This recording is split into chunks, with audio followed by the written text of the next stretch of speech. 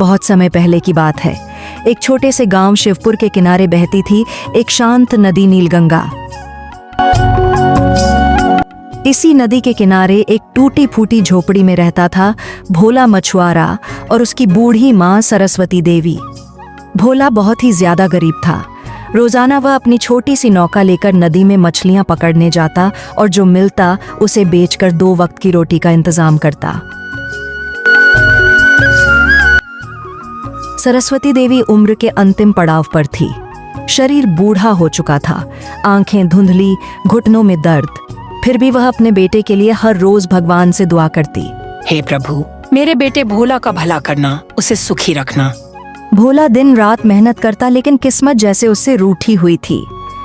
कभी जाल में मछलियां बहुत कम फंसती, कभी नाव में छेद हो जाता, कभी नदी में बाढ़ आ जाती।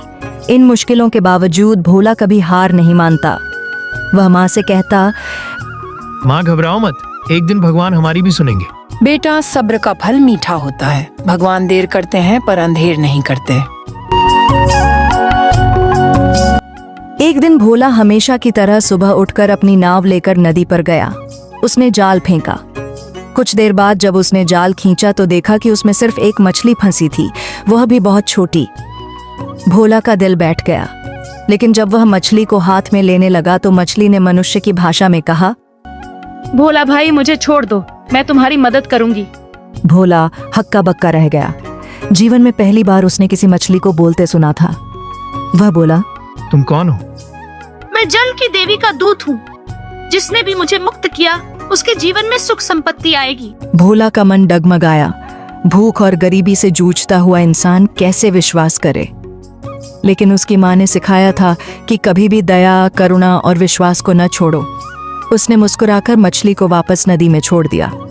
मछली जाते जाते बोली, भोला, कल सुबह सूरज निकलते ही नदी के किनारे आना, तुम्हारी किस्मत बदलेगी। भोला काफी खुश था, लेकिन मन में कई सवाल भी थे। वह घर वापस लौट आया। जब वह घर पहुंचा, उसकी माँ बोली, क्या हुआ बेटा, आज तुम खाली हाथ आए हो? क्या आज एक भी मछली जाल में नहीं फंसी? नहीं माँ, मछली तो जाल में फंसी थी, लेकिन मैंने उसे छोड़ दिया। माँ, जब मैंने उस मछली को पकड़ा तब वह मछली बोलने लगी। उसने मुझसे कहा कि वह जल की देवी का दूत है, जो उसे छोड़ देता है उसके जीवन में सुख समृद्धि आती है। यह बात सुनकर सरस्वती देवी बहुत खुश हुई और बोली, बेटा, तुमने उस मछली को छोड़कर बहुत अच्छा किया। मुझे तुम पर गर्व है।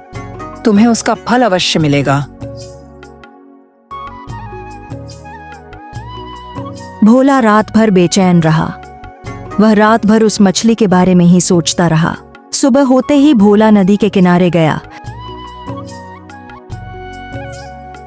वहां उसे एक चमचमाता हुआ संदूक मिला।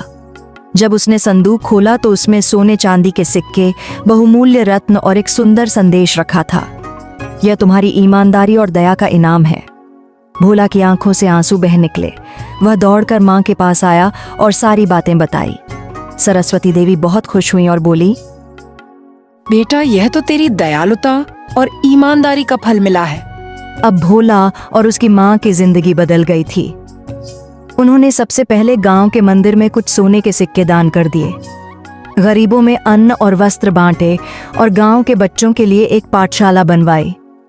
समृद्धि के साथ अक्सर घमंड भी आ जाता है, लेकिन भोला ने अपनी मां की सीख नहीं भूली।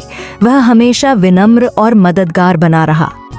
पर गांव के कुछ लोग जो पहले भोला का मजाक उड़ाते थे, अब उससे जलने लगे। एक दिन गांव का एक लालची जमींदार चंद्र ठाकुर भोला के पास आया और बोला, भोला, सुना है नदी में कोई जादुई मछली है, मुझे भी उसके बारे में बता दे, मैं तुझे बहुत इनाम दूंगा। भोला ने शांतिमन से कहा, चंद्र ठाकुर जी, यह मछली सिर्फ उस पर कृपा करती है जिसके मन में दया और ईमानदारी हो। तो तू कहना क्या चाहता है कि मेरे मन में दया नहीं है? तू मत बता, मैं खुद उसे पकड़ लूंगा। चंद्र ठाकुर अगले दिन अपने नौकरों के साथ नदी पर गया। उसने बड़े बड़े जाल फेंके। जाल में बहुत सारी मछलियां फंसीं, लेकिन वह जादुई मछली कहीं नहीं मिली। अचानक नदी में बवंडर आया। नौका डूब गई। चंद्र ठाकुर बुरी तरह घायल हो गया। गांव वालों ने बड़ी मुश्किल से उसे बचाया। गांव के बुजुर्गों ने समझाया।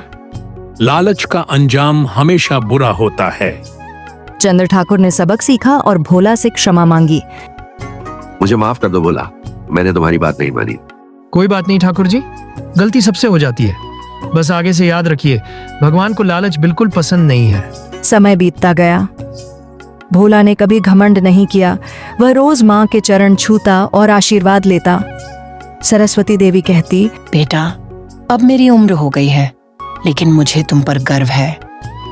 तूने दिखा दिया कि दया, ईमानदारी और माँ का आशीर्वाद किस्मत बदल सकते हैं। भोला ने अपने जीवन से यह संदेश दिया, ईमानदारी सबसे बड़ा धन है।